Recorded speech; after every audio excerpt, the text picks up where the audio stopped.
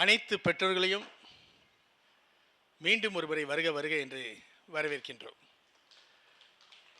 இன்னைக்கு 80வது சுதந்திர தினம், இண்டிபெண்டன்ஸ் டே. வாழ்க்கையில் மிகப்பெரிய விஷயம் என்னதுன்னா சுதந்திரமாக இருக்கிறது. எனக்கு ஒரு இடத்துக்கு போகணும், நான் அந்த இடத்துக்கு போகலாம். நான் இந்த ட்ரெஸ்ஸை போடணும், அதை நான் போடலாம். நான் இந்த சாப்பாடை சாப்பிடணும், அது நான் இப்போ சாப்பிடலாம். யாரும் நம்மளை கண்ட்ரோல் பண்ண முடியாது. ஒரு இடத்துல இடம் வாங்கணும், வாங்கலாம். இந்தியா முழுவதும் இந்த உரிமை யாருனாலும் எங்கேனாலும் போகலாம், என்னனாலும் செய்யலாம். சட்டத்திற்கு புறம்பான வழியில் எதுவும் செய்யக்கூடாது. எல்லாமே சட்டத்துக்கு உட்பட்டு செய்யலாம் அப்படிங்கிறதுடைய பேசிக் கான்செப்ட் தான் இண்டிபெண்டன்ஸ் டே. எல்லாரும் பெரிய பெரிய தலைவர்கள் தனது வீட்டை இழந்து, தன்னுடைய அமைதியை இழந்து, தன்னுடைய ஹெல்த்தை இழந்து இந்த சுதந்திரத்தை நமக்கு வாங்கி கொடுத்துருக்காங்க. நம்ம இந்த சுதந்திரத்தை பேணி பாதுகாக்கணும். நம்மளுடைய மொழியை விட, நம்மளுடைய மதத்தை விட, நம்மளுடைய ஜாதியை விட, எல்லாத்தையும் விட பெரியது பாரத தேசம், இந்திய தேசம். நாடு நமக்கு என்ன செய்யுதுங்கிறத யோசிக்கிறதை விட நம்ம நாட்டுக்கு என்ன செய்தோம் அப்படிங்கிறது ஒன்றும் பெரிய ப்ராப்ளம்ல ஒன்றும் இல்லை. நாட்டுக்கு நம்ம உண்மையாக இருந்தாலே போதும். உன் கடமையை நீ செஞ்சாலே போதும். இது நாட்டுக்கு நம்ம செய்யக்கூடிய மிகப்பெரிய ஒரு கைமாறு. நீ ஒழுங்கா படி, நீ யாரையும் துன்புறுத்தாத, நல்லதே நினை, உன் கடமையை செய்யி, ஒரு நல்ல வேலைக்கு போ, ஒரு நல்ல குடும்பத்தை உருவாக்கு, நல்ல சுற்றத்தை உருவாக்கு. இதுதான் நம்ம நாட்டுக்கு செய்யக்கூடிய இது. திரும்ப சொல்லுதேன், எல்லாத்தையும் விட மிக முக்கியமானது நமது இந்திய தேசம். அதுக்கு நம்ம எப்பவுமே ஒரு உண்மையா இருக்கணும். நம்ம நாட்டுக்கு ஒரு ஆபத்துனா நம்ம தான் முன்னால போய் நிற்கணும். இந்த சுதந்திர நாளில் நான் குழந்தைகளுக்கு கொடுக்கக்கூடிய ஒரு மெசேஜ் என்னதுன்னா,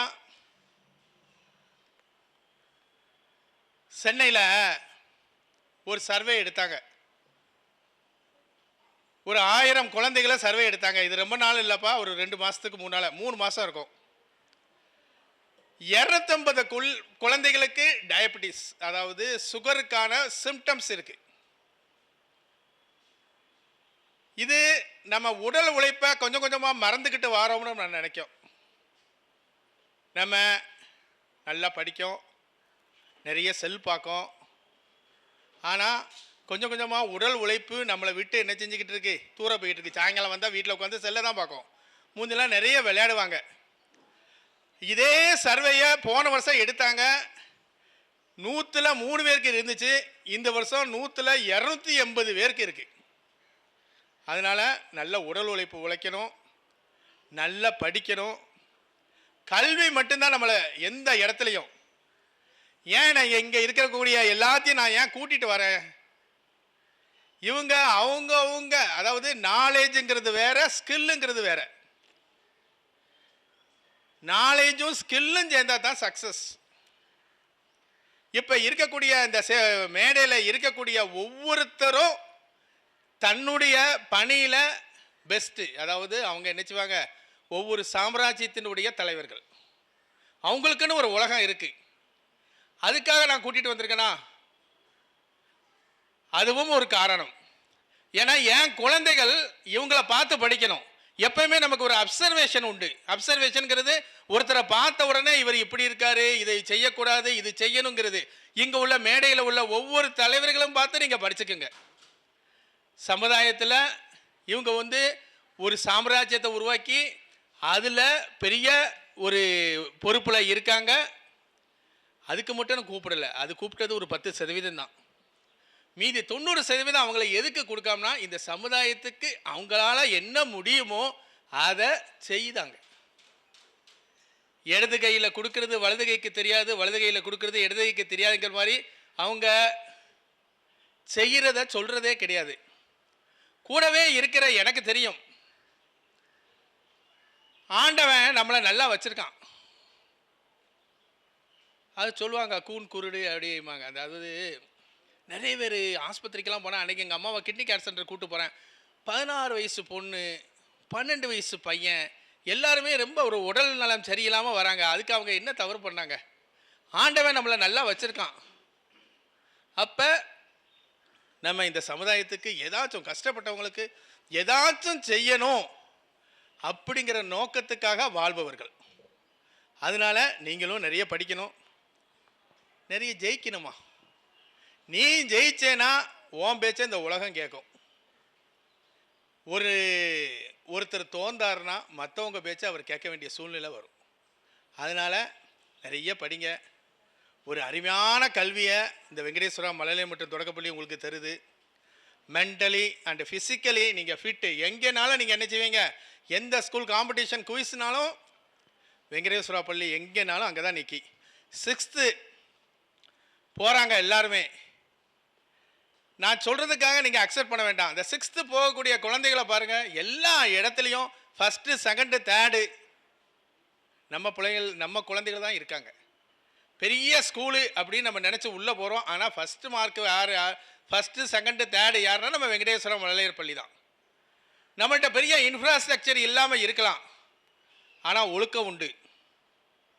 ஹேண்ட் ரைட்டிங் எப்படி எழுதணுங்கிறது நமக்கு தெரியும். ஸ்டேஜில் ஏறி ஒரு மைக்கை கொடுத்தா எப்படி பேசணுங்கிறது நமக்கு தெரியும். ஒரு லைஃப் எஜுகேஷன் என்ன செய்யணுங்கிறது, அதாவது காலைல எந்திக்கணும், பெட்ஷீட்டை எடுத்து வைக்கணும், அப்படிங்கிற அப்பா அம்மாவை நல்லா பார்த்துக்கணும், தாத்தாட்ட போகும்போது போயிட்டு வாருன்னு சொல்லணும். இதெல்லாம் நாங்கள் எங்கள் டீச்சர்ஸ் ஒவ்வொன்றா நாங்கள் சொல்லிக் கொடுக்கோம். அதனால் எங்கள் குழந்தைகள் எல்லாத்துலேயுமே இன்றைக்கி பெஸ்ட்டாக இருக்காங்க. அடுத்தது நான் இந்த இண்டிபெண்டன்ஸ் டேயில் இந்த குழந்தைகளுக்கு கொடுக்கக்கூடிய ஒரே மெசேஜ் என்ன மெசேஜ்னா, இப்போ நீங்கள் சின்ன குழந்தைகள், நான் சொல்கிறது புரியுதா இல்லையான்னு தெரியல, போக போக புரியும். அதாவது அம்மா அப்பாட்ட அல்லது ஸ்கூல்கிட்ட சொல்ல தயங்குற விஷயத்தை செய்யாத. அம்மா அப்பாட்ட சொல்ல முடியலையா, அந்த விஷயத்தை நீ செய்யாத. அம்மா அப்பாட்ட மறைக்கக்கூடாது. நீ படித்த பள்ளிக்கூடத்தில் உடைய ஒரு ஆசிரியர் வந்து உங்களுடைய 2வது அம்மா தான். அவங்கள்ட்ட இருந்து மறைக்கக்கூடாது. உங்களுக்கு ஒரு நல்ல ஒரு அருமையான எதிர்காலம் இருக்குது. இந்த வெங்கடேஸ்வரம் மலையப்பள்ளி உங்களுக்கு ஒரு அருமையான கல்வியை தருது. எங்களை நம்பி கையை பிடிச்சிக்கோங்க. உங்களுக்கு ஒரு உயர்ந்த இடத்துக்கு நாங்கள் கூட்டு போகிறோம். அதாவது இந்த வெங்கடேஸ்வரா பள்ளி ஜிஎம்எஸ் அகாடமி ஒரு அருமையான தளம். இந்த தளத்தில் கேஜி ஸ்டூடெண்ட்டில் இருந்து எம்எஸ்சி முடித்த ஸ்டூடெண்ட்ஸ் வரை படிச்சுக்கிட்டு இருக்காங்க. நான் இளைஞர்களுக்கு கொடுக்கக்கூடிய ஒரு அட்வைஸ் என்னதுன்னா, அதுவும் ஒரு சர்வே தான். இப்போ பெங்களூரில் ஒரு சர்வே எடுத்து பார்த்தாங்க, 1,00,000 பேர் எடுத்து சர்வே பார்த்தாங்க. கிட்டத்தட்ட 3000மோ 2000மோ சரியாக தெரியல. அதில் வந்து எல்லாத்துக்குமே ஹெச்ஐவி பாசிட்டிவ். ஹெச்ஐவி பாசிட்டிவ் அப்படிங்கன்னா உடனே அவங்களுக்கு எய்ட்ஸ் வந்துடும் கிடையாது. அதில் 5 ஸ்டேஜ் இருக்குது. முதல் ஸ்டேஜ். ஆனால் உண்மை என்ன உண்மை, அவங்க ஏதோ ஒரு தப்பான வழிக்கு போயிருக்காங்க. ஒழுக்கம் ரொம்ப முக்கியம். ஒழுக்கத்தை நீங்கள் பேணி பாதுகாத்தா தான் நீங்கள் நல்லா இருப்பீங்க. இப்போ நான் இளைஞர்களுக்கு கொடுக்கக்கூடிய ஒரு மெசேஜ் என்னதுன்னா, இப்போ ஐபிபிஎஸ் கால்ஃபார் பண்ணியிருக்காங்க, State Bank of India call for பண்ணியிருக்காங்க, குரூப் 2 கால்ஃபார் பண்ணியிருக்காங்க. நல்லா படிங்க, உங்களுக்கு ஒரு அருமையான எதிர்காலம் இருக்குது. மறுபடிக்கும் சொல்லுதேன், நம்மளுடைய சமூகம், சமுதாயம், ஜாதி, ஏன் குடும்பத்தை விட மிக முக்கியமானது நமது இந்திய தேசம். இந்த சுதந்திர தினத்தில் எல்லாரும் ஒரு உறுதிமொழி எடுத்துக்குவோம், நம்ம நாட்டுக்கு நம்ம உண்மையாக இருப்போம். நேரத்தின் அருமை கருதி இதோடு முடித்துக்கொள்கிறேன். நன்றி, வணக்கம்.